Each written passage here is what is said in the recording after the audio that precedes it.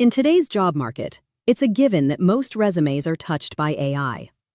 A survey by Canva and Sego found that nearly half of all job seekers use AI to help create their resumes.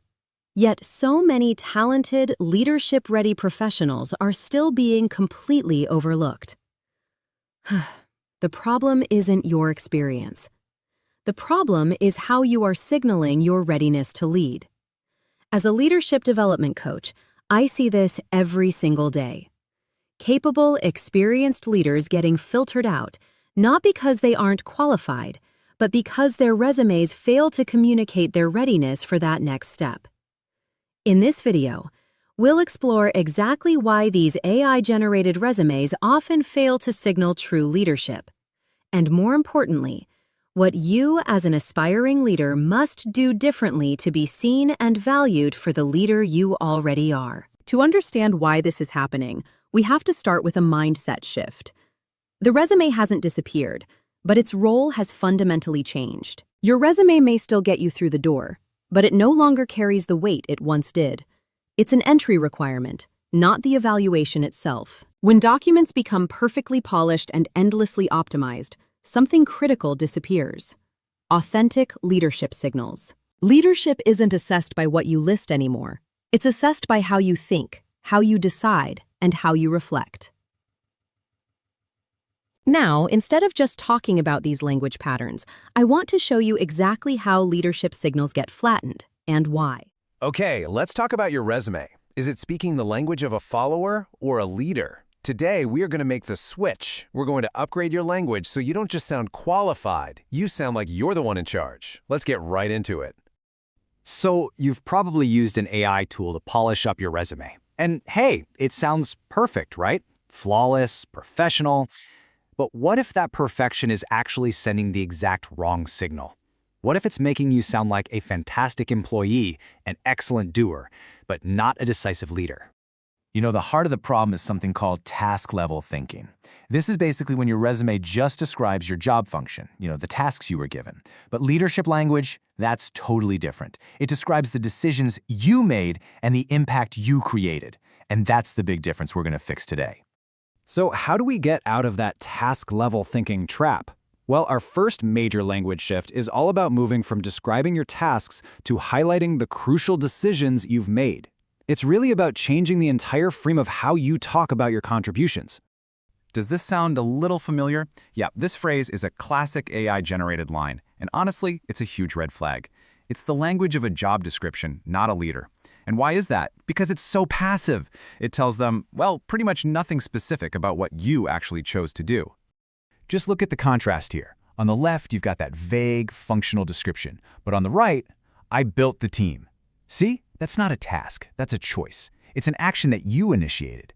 A hiring manager sees the left side and thinks, okay, this person can follow orders. They see the right side and think, aha, this person makes things happen. Now that's power. All right, let's move on to our second shift, which builds right on top of that idea of ownership. This one is all about dropping the generic fluff and finding your genuine, authentic voice. So here's the funny thing, the paradox of using AI. It's designed to be flawless. It's designed to sanitize your career until it's perfectly, well, bland. But leaders aren't bland. They have a point of view. They have a personality. And that is exactly what a sanitized resume completely erases. And you can see that difference right here. The AI gives you that generic phrasing on the left, it's perfect, and it's perfectly boring. But a real leader's experience, their lived experience, it has quirks. It has a specific way of phrasing things that actually reveals their judgment. It shows how they think. For recruiters scrolling through hundreds of identical resumes, that unique voice is a clear signal of independent thought. And that, my friends, is gold. And that brings us to our third and maybe the most critical shift of all. This is where AI-generated stuff really falls apart and where you have this massive opportunity to stand out. It's all about moving from these vague claims to outcomes that you can truly, undeniably own. Ah, here's another classic. It sounds impressive, doesn't it? But really, it's totally hollow. I mean, what does significantly even mean? A hiring manager reads this and their first thought is, oh yeah? Says who? This kind of vague claim is a dead giveaway that the real substance is missing. And this is where you really separate yourself from the pack. That vague claim on the left, it's forgettable. A hiring manager's eyes will just glaze right over it. But the owned outcome on the right, that is unforgettable. It's tangible. It's got numbers, context, a timeline. You're not just claiming you improve things, you are proving it with cold, hard facts. Let's just zero in on this for a second. 25%. This isn't some vague word like significantly. It's a hard number. It's a specific, concrete result that shows a real-world impact that you personally made. You can tell a whole story about this number. And here it is, the knockout punch, $50,000. This is the kind of proof of ownership that an AI just can't make up because it wasn't in the room when that decision happened. Real leadership shows up in the numbers, in the names, and in the context you provide. So let's pull all of this together. We're going to build a clear framework you can use like right now.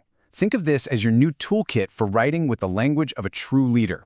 It really just comes down to these 3 simple steps. First, always talk about the decisions you initiated, not the tasks you were given. Second, let your genuine voice and judgment shine through. Don't be generic. And third, prove your impact by owning your specific measurable outcomes. At the end of the day, this is the main takeaway. The proof that you are ready to lead isn't hidden in some perfectly crafted generic phrase. No, it's in the specific numbers you can point to, the names of the projects you spearheaded, and the rich context of the impact you actually made. So I'll just leave you with this one question. As you look back on your career, what is the single most powerful outcome that you can truly specifically own? Find that story, put some numbers on it, and build from there. That's how you write a resume that doesn't just list your past, but actually defines your future as a leader. That's what I see every day when I work with leadership-ready professionals. Not a lack of leadership, but a loss of language that makes leadership visible. This crisis of signaling hits aspiring leaders and middle managers the hardest. Why? Because their leadership often lives in the decisions, trade-offs, and influence they wield without the formal title of a senior executive. They are the ones leading critical projects, guiding teams, and making judgment calls every single day. But when they turn to an AI to build a resume, that rich, nuanced experience gets flattened into generic bullet points. An AI can't capture the story of how you influenced a resistant stakeholder to get a project approved, or the tough decision to reallocate a budget, or the mentorship that turned a struggling team member into a top performer. This creates a massive perception gap between their actual capability and their perceived readiness.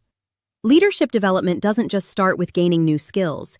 It starts with learning how to communicate the leadership you are already demonstrating. This creates a massive perception gap between their actual capability and their perceived readiness. Leadership development doesn't just start with gaining new skills.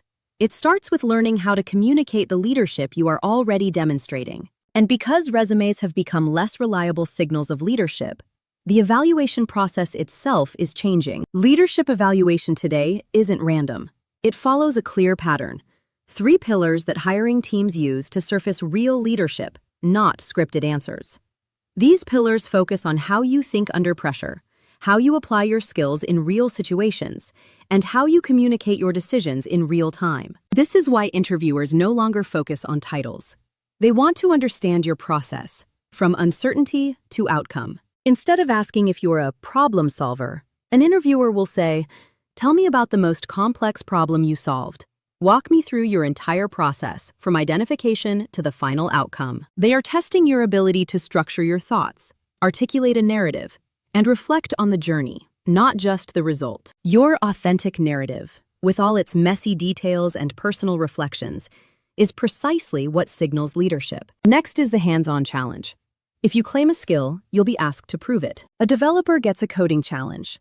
A marketer gets a case study.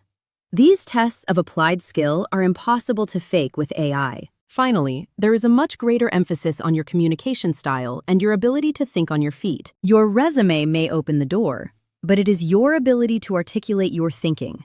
Preparation for these moments now matters far more than polish on a document. To be clear, this isn't about rejecting technology. Smart organizations are using AI for efficiency, to handle high-volume, repetitive tasks.